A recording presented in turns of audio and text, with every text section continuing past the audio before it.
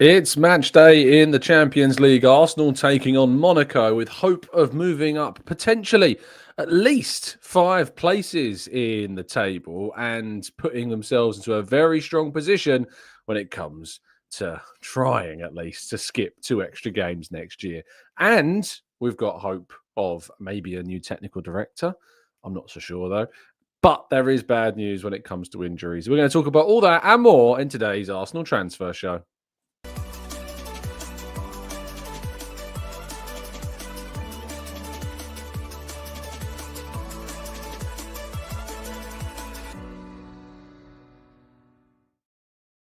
Hello and welcome to the Gooner Talk. Back again with you guys and girls for another episode of what is our Arsenal Transfer Show. Joining you every single morning at 8 a.m. UK time. Thank you as always for joining me and as always making this a part of your morning routines. It is incredibly appreciated. I hope you had a fantastic week so far. I hope that you've made it through to this midpoint in high spirit and perhaps an increasingly Christmassy mood about us as well, with now just 2 weeks until the big day for those, of course, that are celebrating.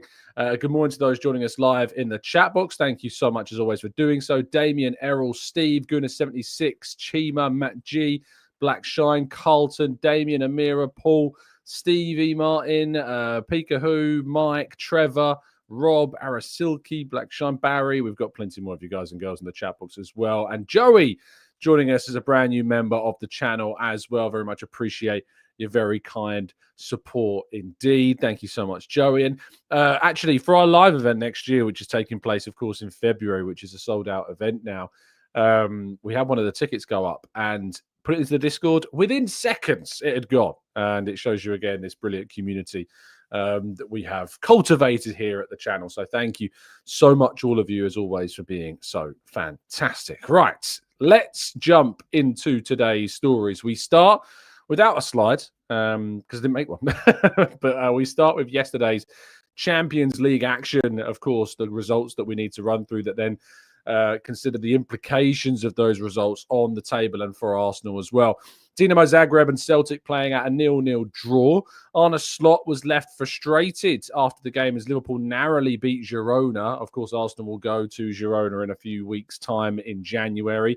Liverpool narrowly winning that game 1-0.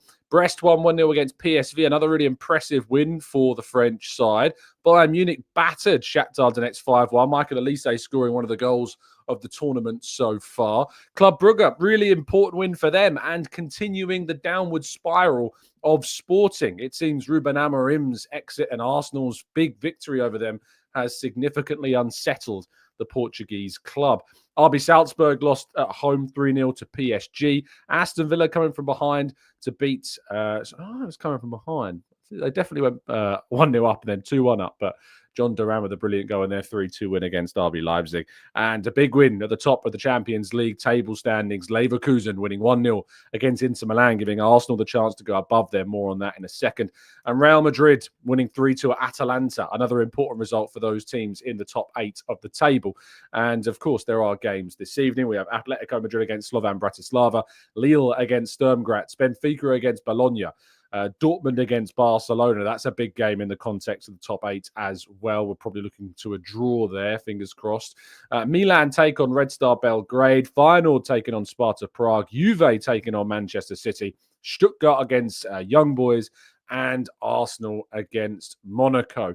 The table as it stands sees Arsenal drop out of the top 8 for now before this game this evening, of course. They slip down to 10th on 10 points. However, the team that currently sit in second place is Bayer Leverkusen, who, of course, are on 13, meaning if Arsenal were to win the game by at least 2 goals, they would indeed move above Bayer Leverkusen in the table into second place. They would require, of course, Barcelona and Dortmund to draw and for Arsenal to score a significant number of goals. If either of Barca or Dortmund win their respective game and Arsenal win by at least 2 goals, they will be third come this evening's match against Monaco. So a good opportunity for Arsenal to really put themselves in a very strong position in the table tonight. There are other games, of course, going on that will have other impacts on the table at the top and the bottom as well. That Milan game, that Atletico Madrid game, they could both make ground on Arsenal and the other teams at the top. It's very, very close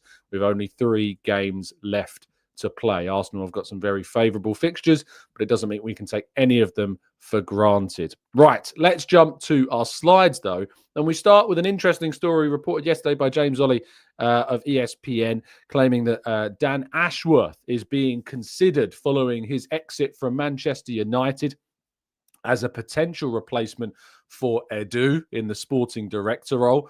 Dan Ashworth, of course, has been only with United for a few months before they decided to mutually terminate his contract following a questionable summer, where Erik ten Hag was, of course, kept on beyond the end of last season, and signings like Manuel Ugarte and Lenny Leroy and Matthias de Ligt and Nusser Mazraoui and Joshua Zirkzee, there aren't too many successes in those signings. He was, of course, lauded for his work previously at Brighton, and some of the deals that saw the likes of Moises Caicedo and Marc Cucurella end up at the club and then start selling players like Ben White for significant fees, amongst other good deals for the team that still see in the squad today. Joel Veltman, Danny Welbeck, for example. But the work then at Newcastle, which saw him, of course, then move to Manchester United, has been, in some ways criticised. While, of course, he was involved in deals for Alexander Isak and Anthony Gordon, there are suggestions from the Newcastle sort of things that, of course, these players were already somewhat in the pipeline prior to his arrival, and actually the work that's been done at Newcastle that's seen them since regress and fall away from those Champions League places after just one season in the competition. A lot of that is being attributed to potential failures by Dan Ashworth, although I do sense a little bit of saltiness surrounding his exit from Newcastle, and that perhaps affecting the view of Ashworth from the Newcastle side of things. But when it comes to a potential move to Arsenal, I did write an extra long piece on this yesterday. You can go and read that on the football.london website, where I analyse whether or not it's worth Arsenal going for Ashworth. The short story for me is I wouldn't go for Dan Ashworth at this moment in time. The tagline I use is that he's perfect for a pretender, but not a contender. And I don't think that that's the right fit for Arsenal. I think when you look at somebody like Roberto Alabe, who's got a very much more progressive record, doesn't really have any kind of drawbacks on his record from his time with Real Sociedad or indeed at other clubs as well. When you look at potentially someone like Luis Campos as well, the stuff that he's done at PSG, I think these profiles are both more attractive for a club like Arsenal maybe than what Dan Ashworth is. But let's wait and see what happens. Now, Mikel Arteta faced the press yesterday after an open training session that saw a number of players absent. The usuals, Gabriel, Calafiori, and of course Zinchenko, all not there either.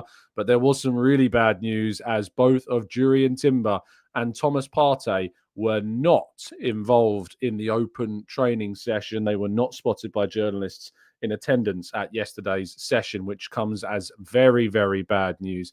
He was asked about both of those, plus the 3 that we've already mentioned, and others also missing, which means at the moment Arsenal's defensive backline looks very thin indeed. He says we have to manage a lot of players, so they're probably not going to be fit for tomorrow and are a doubt. I still have 24 hours to make those decisions, and hopefully the right ones. He was asked, of course, about dealing with those injuries. He says it is what it is at the end.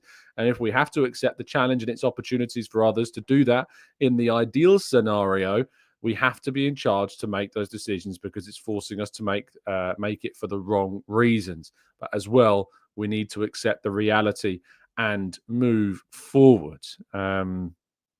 It's very frustrating. It's very, very worrying that Arsenal are in this position. I think it provides extra context to, of course, how Arsenal's form has been interrupted so significantly. Arsenal could embark on their 10th back 4 combination of the season as a result of these injuries. And naturally, that creates plenty of question marks about how expectations can be where they are for this team, and of course for Arteta as well. He was asked about the feeling around the place after the Fulham game, indifferent compared to previous setbacks, and he says, yeah, the more I watch it, to concede what we conceded and how the hell we draw that game, it's difficult to understand, but that's the beauty of football as well. I don't know about that. We will adapt, obviously pull our heads up. It was disappointing. It was very emotional as well, because scoring the second one, it being disallowed, it was tough. We have to move every 3 games. It's another opportunity, and we keep going as well. Talking though specifically about maybe players that could come in at right back, he was asked about Josh Nichols, who of course is a young right back who has played and made a debut so far this season in the League Cup game against Bolton, is at the moment perhaps the only natural right back that Arsenal have fit. He said he's been having some issues. We still don't know if he's available or not. So Josh Nichols as well facing some injury problems as well at the same time. It's not just an injury record that is faced by the first team. It is an injury issue that is seriously permeating through the team right now, and that is definitely a question mark. However, my colleague Kai Karnak at Football.London did ask about Kieran Tierney, a player that, could really be in with an opportunity of getting a start, let alone minutes tonight, because of the crisis that Arsenal have at the back. He was asked if there's an opportunity for Kieran Tierney to come back into the team. He said, yeah, he is ready and he's training really well and he's going to have an opportunity for sure the way the team is looking at the moment. It's for that reason and because he's earned it as well with the way that he's behaved and the way he's been with us, because he's willing to do it. And when that happens, you have to give opportunities to those kinds of players. While there is this dooming feeling around Arsenal at the moment, I am excited to see Kieran Tierney play.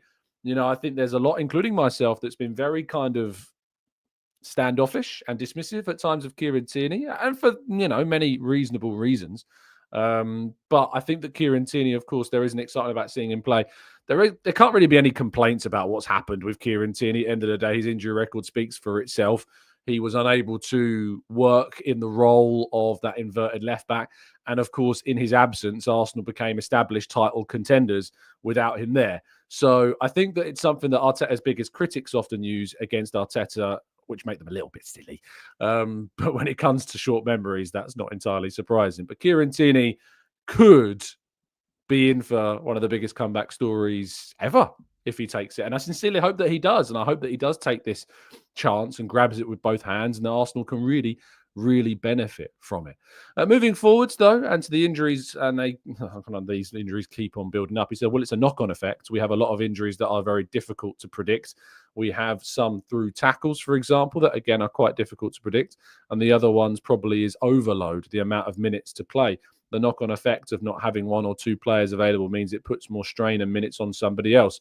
And that's not a good change, because the consequences and load of all the players starts to be high, much higher than what you want to do. But it is where we are. And this is true. Like Arsenal people are going to, I imagine, and it's probably very predictable at this stage, you're going to start seeing question marks about the medical staff. You're going to start seeing questions about overload. You're going to start seeing questions about rotation.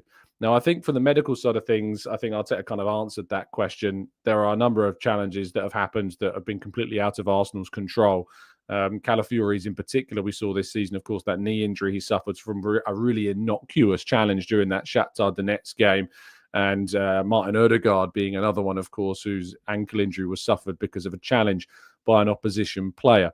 But there are other players like Yuri Timber and Thomas Partey who I think it's more to do with overload and the number of minutes that they're playing. Now, I've been suggesting for quite some time, with quite some pushback from members of the chat box, that Partey should be being more cautiously managed in terms of his minutes. He's not been, and as a result, I think maybe this stress has seen an overload on him, and that's obviously been a reason behind that. Yuri Timber, sadly, is simply a case of both Ben White and Tomiyasu being out at the same time, and that's created a really big problem. It's all well and good pointing the finger and saying we don't rotate enough, but we also complain that Arsenal's depth and the rotational figures in the team simply aren't good enough. And you also have that argument that if he rotates players in, like Jesus, like Sterling, and then they don't perform and they're not good enough, Arteta then gets the finger pointed at him for them rotating and weakening the side in games where perhaps he shouldn't have done. Arsenal's December is a lot more, for me, fortuitous in the games that we've got. It should allow Arsenal, hopefully, to still navigate these games despite the absences that they've got. But it really is very, very frustrating at this moment in time. PW says, why are we standoffish about Tierney? He's a competent left back. Yes, he's had injury setbacks, but he's better than Zinchenko after an injury. I mean, the irony is, of course, that Zinchenko replaced him, and as a result, Arsenal progressed on that left-hand side. So I don't necessarily agree with the idea that he's better than Zinchenko, because Arsenal improved with the replacement of Tierney by Zinchenko, and we've seen that over the last couple of years. Also, when he went to Real Sociedad, injuries, of course, continued to plague his time there. And as a result, actually, he started falling out of the team even when he was fit for Real Sociedad. So it's not as cut and dry. I think Kieran Tierney's demeanour, his attitude is excellent. And that endears him, of course, to a lot of supporters as well. And I think because Arteta has naturally quite a lot of critics, if there's a player that gets somewhat ostracised by Arteta, that usually means that they lean towards, the use of the use of kind of criticism towards him as well. But we've seen it before, and I'm sure we'll see it again. But I'm hoping that Kieran Tierney can indeed return to what we've come to expect from him in the younger years of Kieran Tierney's record. We'll just do a quick preview, of course, of this game tonight against Monaco, switching things up slightly. I've got two lineups for you which could potentially be chosen. This one, of course, looking at the idea that Partey, Timber, Gabriel, Calafiori, Nichols. I feel like I'm forgetting others as well. Tomiyasu, Ben White out. And this is potentially an option for us in the team. And this is as far as it could go because of simply the number of options that we have available to us. Declan Rice has actually played centre-half for Arsenal. There are times where he has dropped into the back line defensively in the end of games. Saliba has also played as a right-back. He did so for both Saint-Etienne and for Marseille as well. Jakub Kiwior is most naturally a left-sided centre-half more than he is a left-back. And Tierney, of course, is a more senior natural option at left-back. Jorginho Marino then, of course, in midfield, deputising for Rice and Partey's absence. Then you got that front four of Odegaard, Saka, Havertz and Martinelli. That's if you want to stick with the back four. The other option, of course, is switching to a back three, which is another option, which you could do a multiple combination of players in terms of attacking. But the back three would ultimately be Saliba, Kiwior and Tierney. There would be your back three. Tierney, of course, we know has played in a back three many, many times for Arsenal in that left-hand centre-back slot. He's also played in that role for Scotland with Andrew Robertson playing that role. Tierney has actually also played right-back for Scotland. It was 7 years ago, but he played 5 times at right-back for Scotland and went unbeaten in those 5 games, winning 4, drawing 1. They were against favourable opponents, it should be pointed out, but he has played at right back. Maybe that would endear him to inverting more if he was indeed playing at right back, Tierney. But that is a potential 3 that we could use. Then you obviously use Saka and Martinelli as more wing backs. We know they can play those roles because we saw them play those roles at Manchester City. You may remember Arsenal defended very deep and used Martinelli and Saka as ostensively wing backs in that game. Of course, I think if you do that, I wouldn't bring Marino in here. I'd use Rice and Jorginho as more defensive shields for the back 3, and then use Trossard and Odegaard and Havertz as kind of an interchanging attacking option as well. So there, I think the 2 different options that Arsenal have got. He may, of course, get players back. We may get options that we aren't aware of are available right now. It may be that Gabriel's fit. It may be that Calafiori can come in. It may be Nichols can play. It may be, of course, that Lewis Skelly could get an opportunity if you want to go with, say, Tierney at right back and Lewis Skelly at left back. Lewis Skelly is another player, of course, that you could bring into this side instead of Tierney if indeed Arteta would like to do that. So let's wait and see. But it's going to be a very, very interesting lineup indeed. Well, let's go to part 2 and your questions right after this.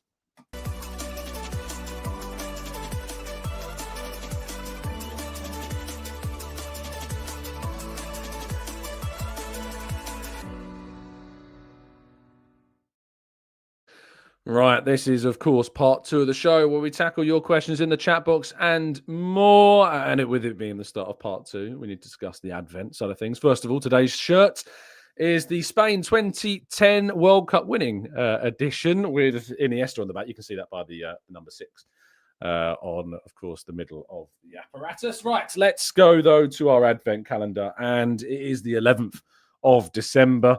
A nice, simple one for the middle of the Advent calendar today. And it's a solid Mohamed El Neni type pick today because it's a Mohamed Caramel. Not my favourite, does a decent job when you need one. But Dairy Milk Caramel is a very good pick. And you would liken it, I think. So a solid 6, 7 out of 10 each game. And Mohamed El Neni certainly provides that. I'm not a big caramel man. It's just not for me. But I won't say no if it's offered. It's the way it goes. Sean says, we all get cooked if we play Kiwior on the left. Have you watched how skillful Monaco's right wingers are? If we have an option, I would rather sit Kiwior on the bench. Well, Sean, who do we go with then? Because who's coming in, Sean? It's all well and good saying you'd bench Kivior, but can we afford to bench Kivior with the options that are ultimately available to us right now? I'm not sure that we do. Josh says, Tom, how would you feel about Saka playing right back? Should it be required? It's not ideal, I know, but but might have very little choice considering the injuries. I'd rather it was a right wing back option. I'd rather we went with a back three and went with wing backs instead, personally. Nick says, in response to questions and links to Marcus Rashford, I wouldn't go anywhere near Rashford. Our club is now in a position where we need ready-to-go players and slot in. No more time/room for a project player. And Nick, you've taken the words out of my mouth. I don't think I need to add any more to Nick's point. I think he's summed it up perfectly. Lee Barks says, Tommy boy, it looks like injuries are not going to let us do what we want to do this season.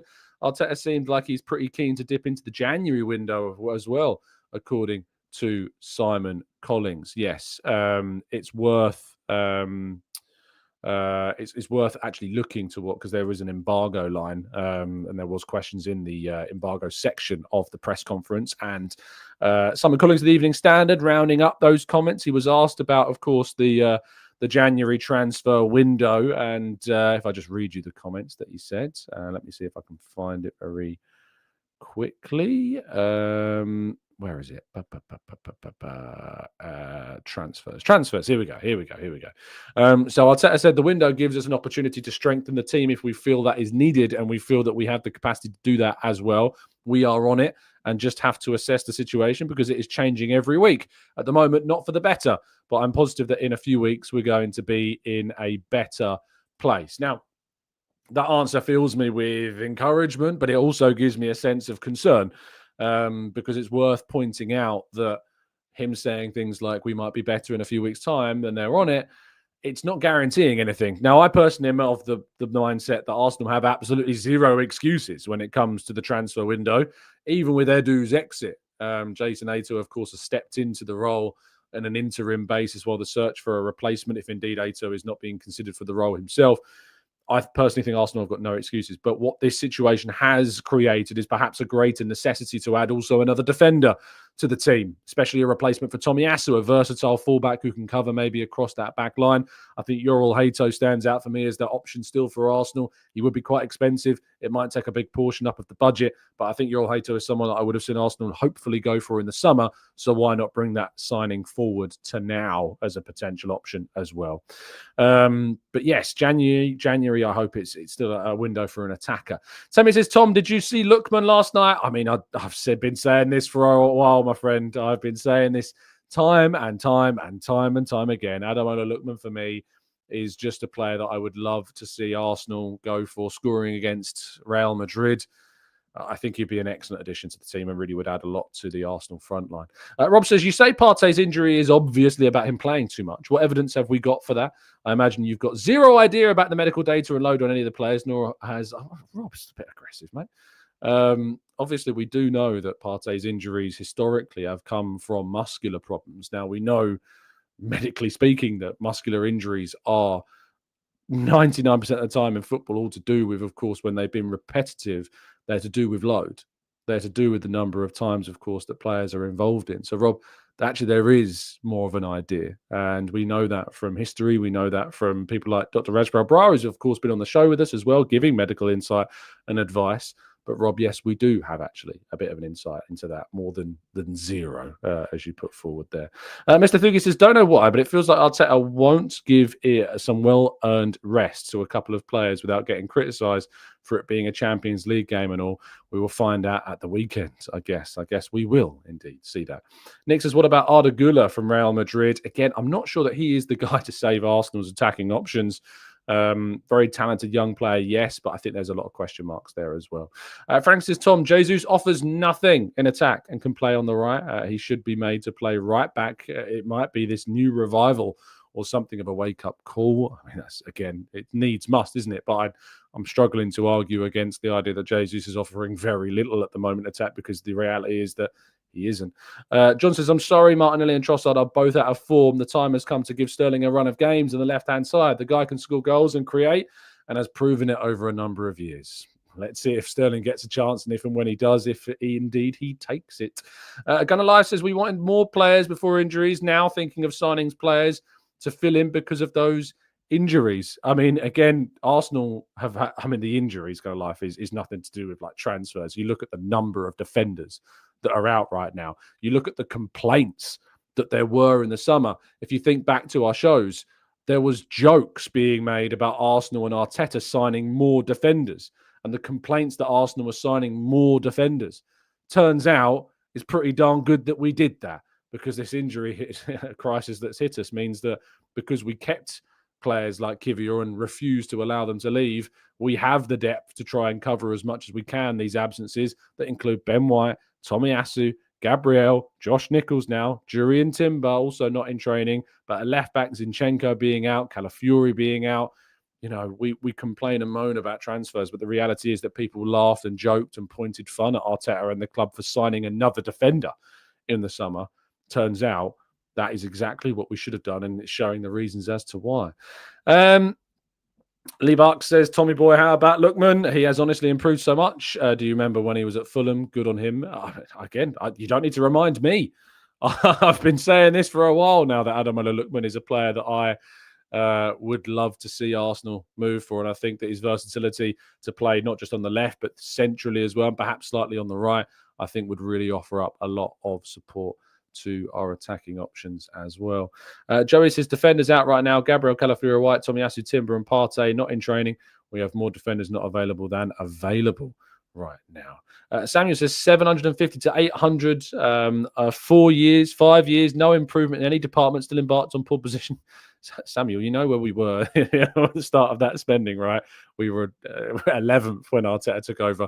We've now established ourselves as title challengers. So to say there's been no improvement in 5 years, and you know, you're not alone, Samuel. There's a lot of people that refuse to look at, absolutely refuse to take on board the things that have happened over the last 5 years. Refuse. I was talking to someone in the chat comment section yesterday who said Arsenal haven't won anything in 5 years. People are forgetting entire trophies that Arsenal have, of course, picked up because it doesn't suit the narrative.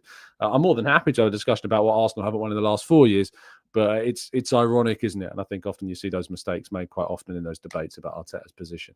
Rob says, my point was Arteta rarely giving detail on how many injuries have come about or what exactly they are, Marino being the exception. Have you any other info on Partey's injury? Has Arteta said? There's always things that go on behind the scenes. Of course, there's things that are said off record as well. You know, from my understanding of the situation, Partey's muscular issues have always been related to that overload, to the number of games that he's been playing, Rob. So I'm just giving you my side of it.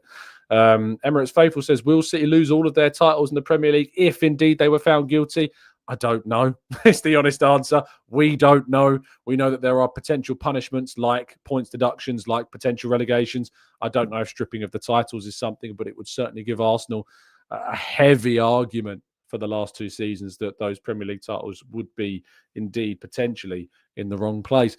Jimmy says it feels like we still haven't completed a department, though, left back, midfield and striker. I mean, if that's just the reality of transfers, though, every single season. I was listening to a show yesterday, Manchester City supporter turning around saying that they need more. Man City need more after spending well over $1 billion since the arrival of Pep Guardiola, yet they still need more. Every season, players get 1 year older. Every season, other teams get stronger. Every season, other players leave. So, of course, you're always going to need more. You're going to need to replace. You're going to need to strengthen. You're going to have to improve. And there are restrictions on what you can spend. And, of course, that means that you're never going to be, I don't think, perfect. You're never going to be able to look at the side and say, without question, we are now done. Because every year you still need to go and get the next player and the next player. That's just what football is. If you're playing, even if I'm speaking to you in maybe for those that some understand being FIFA career mode, every single summer you're still adding players. You're still signing players every season that you play those games because it's never done. It's never completed. As Ambley says, there is no completed in football. Players age, tactics change, and that is absolutely the way forward. Jimmy says, 5 years and we seem to keep going through a cycle. What's the cycle though, Jimmy? Because if we're at 5 years and we're saying we're going through a cycle, all I've seen is Arsenal go in one direction. It's not been a circle at this point. It's not been a circle at all. 11th, 8th, 5th, 2nd. with more points, more goals scored. It's only gone in one direction, Jimmy.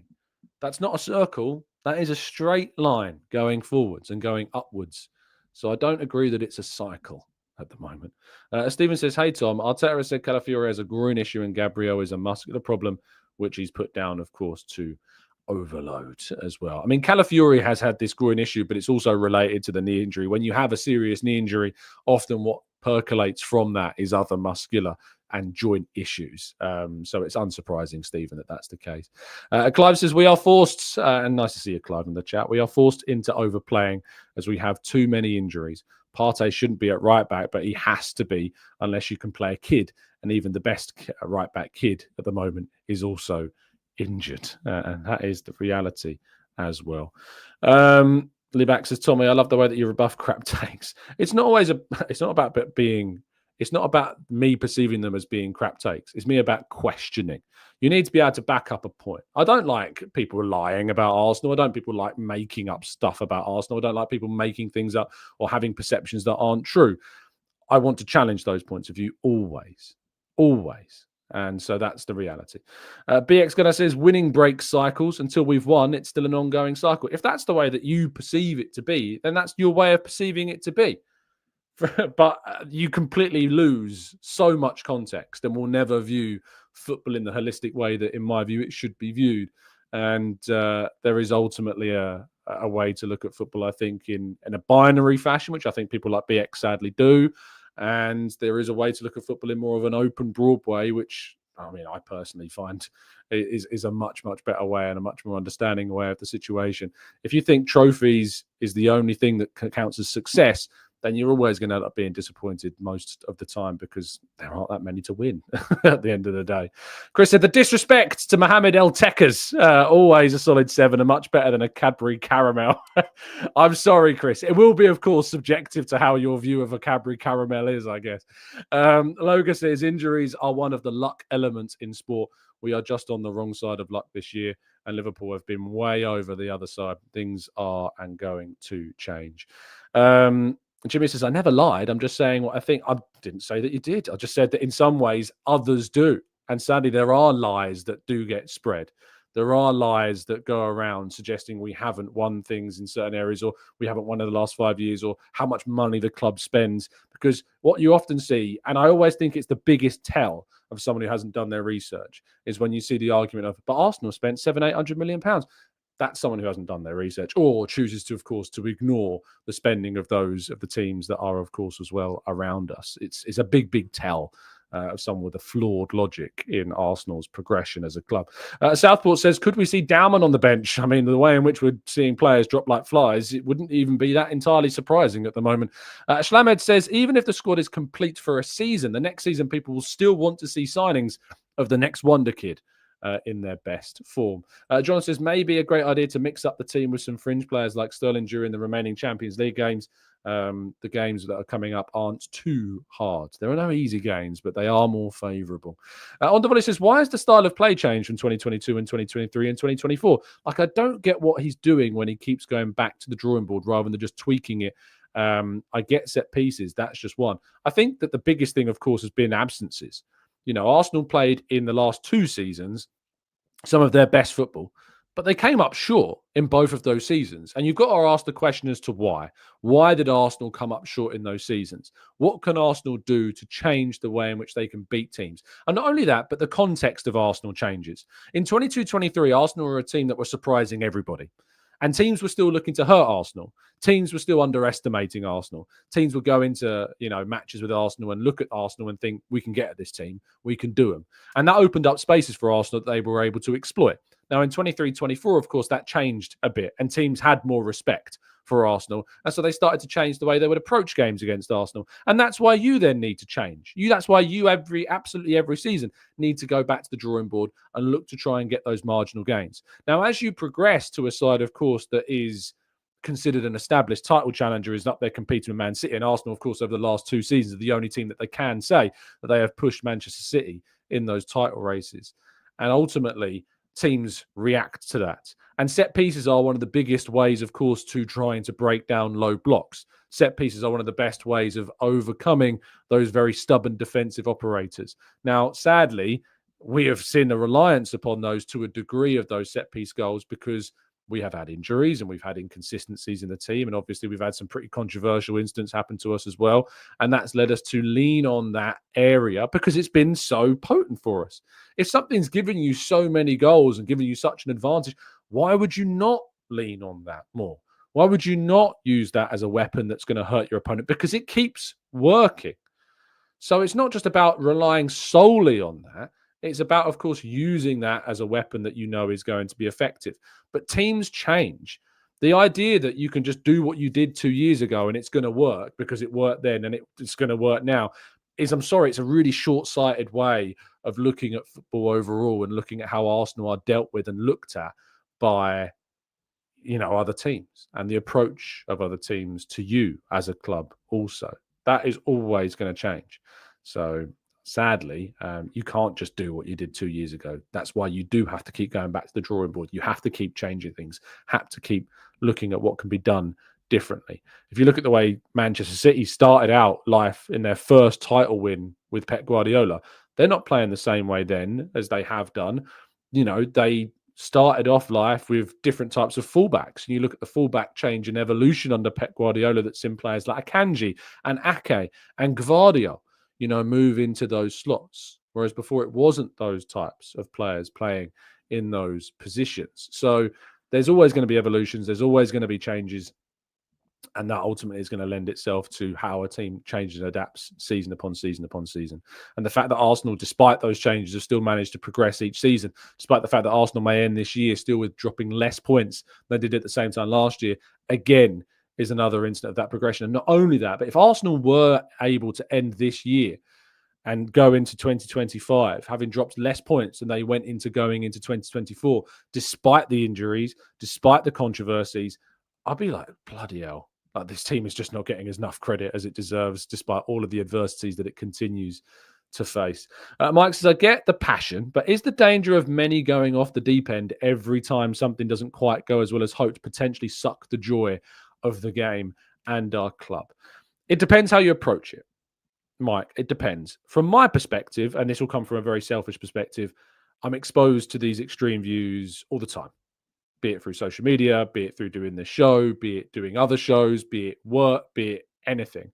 And that's why I've had to train myself to detach from sport, from commenting as much as I can. I fail time and time again, constantly failing. I'd fall into the trap of responding to trolls. I fall into the trap of responding to people that are just trying to get a rise out of you. I do it all the time, Mike. I do it all the time. But I've had to try my absolute hardest to try and detach from social media, from games. But the way in which that the Arsenal fan base, particularly the most vocal online, looks at football in predominantly a really binary way of either trophies, success, failure, is anything other than that. I asked somebody yesterday that refused to answer a question. The simple question was this, is if Arteta was to win the league this year with Arsenal, or was to win the league last year, how would you describe that achievement? If Arteta won the league with Arsenal, how would you describe the magnitude of that victory? What would that do for Arteta as a manager? Where would that place him in the context of managers? And what would it be in terms of an achievement for Arsenal? How would you describe it? Just hypothetically speaking, and I'm open to your answers in the chat. How would you sum up Arsenal winning the league, either this year or last year? How would you describe it? And someone refused yesterday to answer that question. I don't know why. I think it was quite telling that they did. But I'd love to know people's description of that, of what that would be, of what type of achievement that is. And Clive's responding to you, Mike, saying, well said. Because it does, I think that there is an element of it, of the joy being sucked out of it. I thought the most miserable I could be at times supporting Arsenal was the 2010s. I thought that would I thought that period where we weren't going anywhere really, we weren't really threatening to progress. There was all the weight of needing to win a trophy in 2014 and the following year. But it was always around Wenger. Arsenal were nowhere near the title.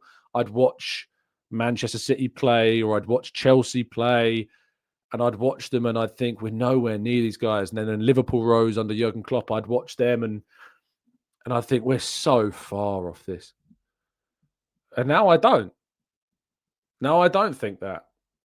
I can watch Arsenal play Liverpool or play City, and I know we're on the same keel as them. I watch those games now and I'm like, we're there. We compete with these teams. That's why we've not lost to any of the big six in hundreds of days. In the case of Chelsea, over 1,000 days in the league. We've not lost to these teams. And I really do I think people really do take that for granted. And that does enable it to suck the joy. The fact that Arsenal in those 2010 years, were just in this purgatorial state, not going anywhere really, and eventually regressed out of Europe entirely, because we regressed into the Europa League and then Arteta comes in after Emery, of course, has already sadly fractured the group and has had to galvanise this team, bring players that he never had much of an intention of using in the long term, but still had to use them and get them ticking and working and, all the while improving individuals like Saka and Saliba. And in the initial term, of course, Martinelli less so in these last couple of years. But it's interesting, isn't it, that now Arsenal find themselves in a place where we have not been for, in my own lifetime, half of my entire life. Arsenal haven't been where they are now. And it's still people are, and I think actually it's worse. I think in some ways there are people that are even worse now than when we weren't anywhere near where we're as good as we are now. And that's nuts to me. That's absolutely nuts. And there is an element of a desperation.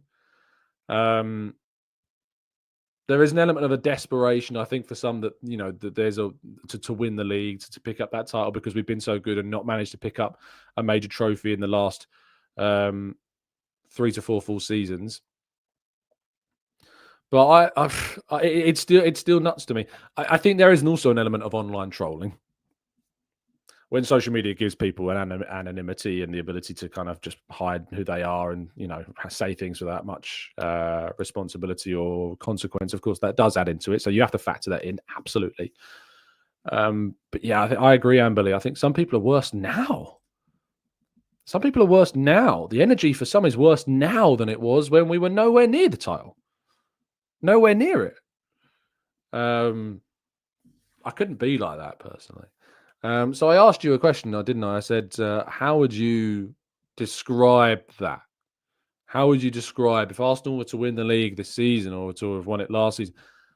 How would you describe that achievement in the context of football?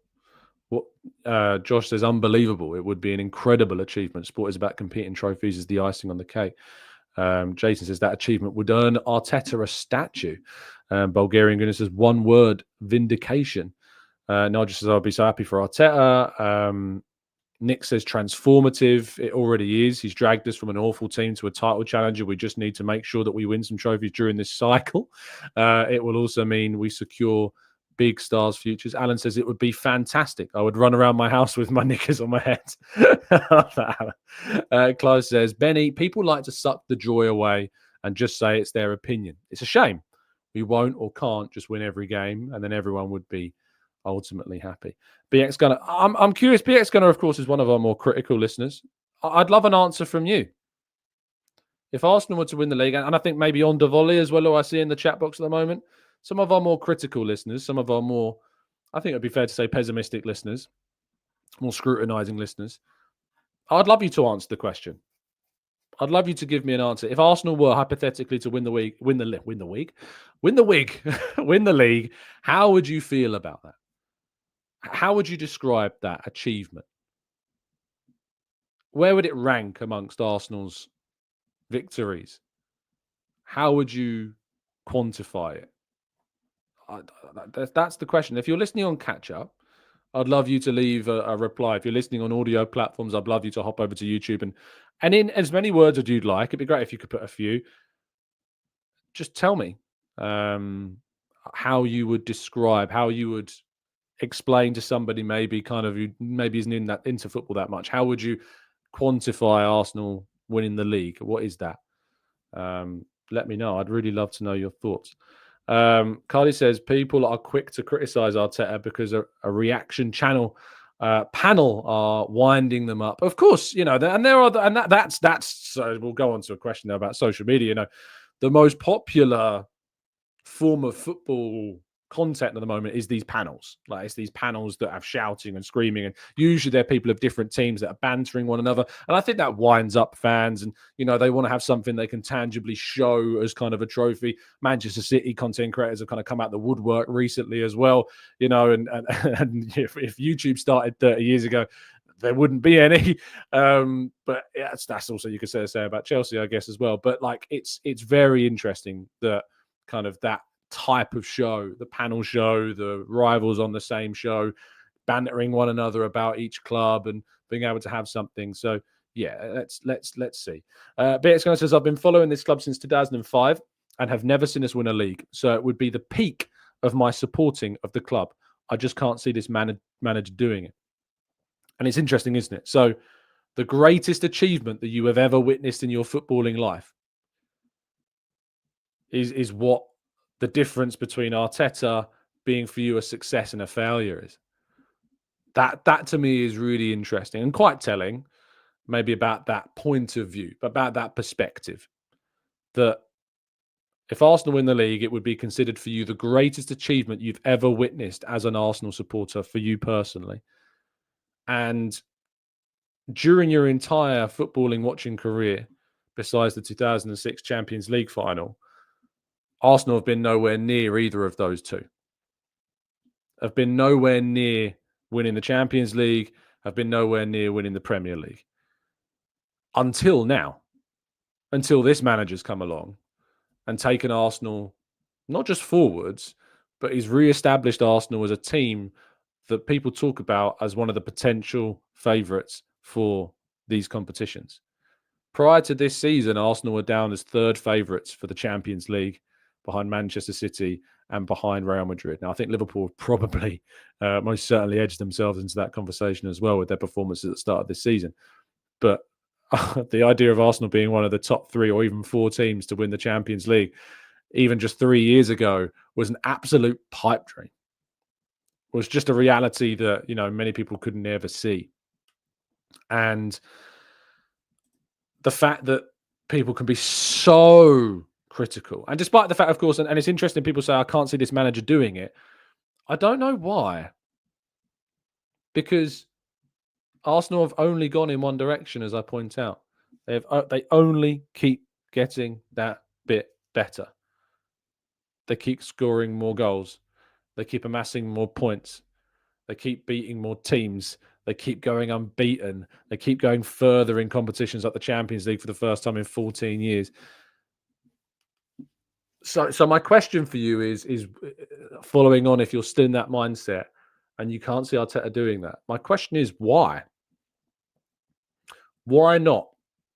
Because if we keep going in this direction of moving up and forwards and getting better and scoring more points, despite the adversities that we face, be that injuries, be that ridiculous decisions, why not? Why can't that be seen? And who on earth do you think is going to change that? So there you go. Ondavoli says, I'd be very happy. It would be a milestone achievement, and especially if it were a European title, something that we have not done yet. But I do have hope. I do think we are close. Well, that's really good to hear. And I really, really do that. BX says, what he's done has been a great miracle. Some might even say in how we've been rebuilt. But that's not to say someone can't come in and get us over the line. We've seen it happen over and over again. Now, the response that I have to this is obviously there's a very obvious response, which is just the one word, which is the who. Who on earth is going to do it? And then the follow-up to that who is why would the person that you're suggesting be able to do it? Now, Arsenal are currently under a coach that, as I've mentioned time and time again in this very show, that we've gone forwards and forwards and forwards and forwards and forwards and got closer and closer and closer and closer and closer. So if we're doing that, if you're getting closer and closer and closer and closer and closer, why are you willing to throw the dice? What on earth would compel you, especially when you've never witnessed Arsenal win a league title and never been close to winning a league title? What would compel you to think that I vehemently and very passionately feel that a roll of the dice is the next logical step? That's my question. And I don't know how there is logic in that at the moment. That's my issue, is that I don't see logic in it. I see a gamble in it. I see a lottery in it. But I don't see how that could be where if there's a spectrum and at each end of the spectrum is one, stick with Arteta, and the other end is get rid of Arteta, and say you're somewhere in the middle, when we just have this middle line. I don't know what evidence there is that would make you lean more towards taking that gamble, because you also have to factor in the people that are making these decisions as well. The people that you've been, for a lot of the part, and I'm not talking specific about BX here, but just people in general, been moaning about the decision making at board level for a very, very, very, very, very long time, which also factors in to the conversation. And says, how long can we keep our core together? That's a question that we don't know the answer to, but it's a question that the only evidence that we have right now is that we have no evidence to suggest that we aren't going to keep that core together. We have no evidence at all that any player in this team is looking to go. We heard from William Saliba talking to Ryan Taylor of the Express the other day, saying that he, why not? Why can't he see him staying at Arsenal for the long term? We know from player contract renewals of Saka, of Martinelli, of Saliba, of Gabriel, of Ødegaard, of Ben White, that these players see their futures at Arsenal. Otherwise, they wouldn't have signed those contracts. There's suggestions, and there's a lot of positive feeling that Gabriel is going to renew his contract again. So when these questions come up about, if we don't win trophies, the players aren't going to want to stay, that's only theory. But all the evidence tells us, every bit of indication that we've got from how the players act, their behavior, their decision-making, everything that we've heard from them so far is only been about family, unity, playing for the badge. When Saliba scores the other day, what does he do? Bangs the badge on his chest, points towards the cannon. Is that the behavior of a man that's looking to leave? I'm not sure it is. So that, I guess, again, answers that question, is that how long can we keep our core together? The foreseeable future is the answer, because there at the moment is no evidence to suggest that they aren't going to stay together. There's no evidence to suggest, based upon their contract signing behavior, based upon their celebrations when they score, based upon their interviews that they do. There's no evidence right now to suggest it's the case. There's also no evidence to suggest that some of the best players in the world, like Declan Rice, haven't picked Arsenal to sign for. Mikel Moreno was being linked to Atletico Madrid, and Diego Simeone was being linked to Barcelona in the summer, chose Arsenal. Kai Havertz, when he joined Arsenal, was being linked to Bayern Munich, where trophies are nearly guaranteed unless your name's Harry Kane, chose Arsenal. Calafiori was being linked to a number of big clubs in Italy and also in England as well, chose Arsenal. So it's strange to me. It's strange to me. John says, Tom, don't fall into the trap. Many players bang the badges at their clubs and then they leave. It's not just that on its own, though, is it, John? It's as we've talked about, it's that in combination with the contract signing history. It's that in combination with their words in interviews. It's not that on its own. That is an additional factor on top of the things that we've discussed. So I'd say to you, don't fall into the trap of just closed analysis on that one thing, and instead take a step back and look at the broader picture. Leeback says, we are both the same age, and I used to watch my younger brother celebrate 3 points or 3-peats when we beat United. When United were dominating. And I used to smile because of how happy he was for Arsenal. Jason says, I suppose the frustration really with Arsenal is that I remember celebrating finishing 4th, lasagna gates, like we won the Champions League. We were 1 win away from glory, and we are in a rut at the moment. And that's the thing. Last season, it's nuts, isn't it? We're 6 months. 6 months ago, Arsenal were 1 win from what we've seen critics describe as the greatest achievement that they've ever seen Arsenal do. One win. A home win against West Ham, an away win at Fulham, a home win against Aston Villa, a home win against Spurs and Fulham. We were one win last season from achieving the ultimate goal of winning the Premier League, which I personally view for me as the ultimate goal. I know some people see it as the Champions League. For me, the Champions League would be an unbelievable achievement. For the Premier League is much harder to win and is the ultimate trophy in domestic club football and just club football in general. And we were one win away from that. And yet here we are 6 months later, having endured ridiculous adversity this season and potentially in a position where we might end the year having dropped fewer points. Despite the fact that last season, of course, we ended just that one win off of winning the league. You can only say so much. I could only explain my position so many times. And for some, it's still not going to be enough, and that's fine. Only Arsenal will change and can. I hope will, but only Arsenal can change their minds. Maybe it's a moment of self-reflection and a lesson to take that step back, as Mike was talking about earlier on, and trying to question me maybe in a self-therapy kind of way. That yes, some people do suck the joy out of supporting Arsenal Football Club, and maybe we as people that do find joy most of the time, the majority of the time, of watching Arsenal, get too affected by those that want to suck the joy out of it. I've never had more fun watching Arsenal in my entire life than I have in these last few years. The wins, the football, the nearly moments, the drama, the frustration, the angst. If there wasn't defeats, if there wasn't failures, if there wasn't near misses, the wins wouldn't be as good. The trophies wouldn't be as special. I was having a conversation, this is going to get deep for a second, but I was having a conversation about death the other day with somebody and talking about how if you lived forever, life wouldn't be precious, in trying to kind of contextualize something I have a great fear of. And I guess you can kind of template that idea on sport and football. If every club won something every single season, which some have done over the last in very impressive circumstances. But if there wasn't losers, there wouldn't be winners. If you wasn't people that lost titles, there wouldn't be the specialness about winning them.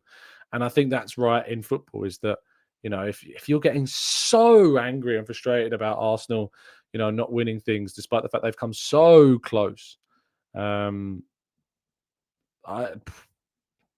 don't. It might be a lost cause. It might be a lost cause for you, but I don't know. I hope that it's not there for you. I really do. I hope that you're still very much enjoying supporting Arsenal at the moment, and it is a great privilege to be able to do so. It's a great privilege to have either fallen into or chosen to support Arsenal Football Club, because trust me, there are millions of football fans that do not have the privileges that we do as Arsenal supporters.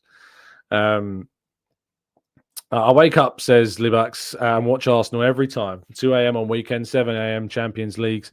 I've never enjoyed as much as I'm enjoying it now. For me, I will forever be grateful for that. Tyler says, Tom, I tend to find the ones who want to sack managers quickly don't see the success of Arteta, want the trophies now, are the ones that have started supporting Arsenal during the early Wenger years. I've said this before. It's not the case in all cases, and it wouldn't be true to say it's the case. But I do think there is an element of maybe fans that didn't see either Arsenal winning leagues or have only really got into properly watching Arsenal maybe in the last 5 to 10 years, from like 2014 onwards. Maybe there might be something in that. There might be something in that of how kind of your perception of it is, because you didn't get to enjoy the noughties or the 90s, or the success in the late 80s, or obviously way before that, of course, as well. Maybe that's it. Hussein says, think about it. Winning the title is actually just enjoying one more game a lot more. The fact that we're competing gives us a lot to look forward to. Other than the last few games because of injuries, I've gone into every game in the last few years believing we can win every single one, no matter who we play. Genuinely, going into the games against Bayern Munich used to be an absolute torturous experience. Now it was like, I really think we could and arguably should have beaten Bayern Munich. I go into every game against Man City thinking we can beat them. I go into games against Liverpool thinking we can beat them. I don't go into a game not thinking Arsenal were capable of winning, whereas before I absolutely did. I absolutely went into games thinking we have no chance here. I'm not expecting anything from this game. We'd be lucky to get a draw. And that's an incredibly privileged feeling as a football fan to be able to have. To be able to go into any game thinking that you have the capacity to win it and that you and there's a really good chance that you might is an incredibly privileged position to have as a football fan. And I think people lose that. And I think people take that for granted. Not everyone, but certainly plenty. Anyway, I'm looking forward to getting to the Emirates a little bit later on today and watching hopefully Arsenal bring home a big 3 points in the Champions League and push themselves potentially up to third place in the competition. It's an exciting opportunity. There's a lot of other games going on that have ramifications for Arsenal as well. And then it's just 2 more games to go between now and, of course, the knockout phase of that, or maybe a playoff phase if Arsenal have a bit of a nightmare. Hopefully they won't. But yes, we've discussed a lot today. Please do leave your comments and thoughts and queries and questions in the comment section as well. I really do appreciate your time. If you could drop a like as well before you go, that would also be heavily appreciated. But indeed, enjoy your Wednesday. Stay safe, stay well, stay happy and respectful. And as always, up the Arsenal.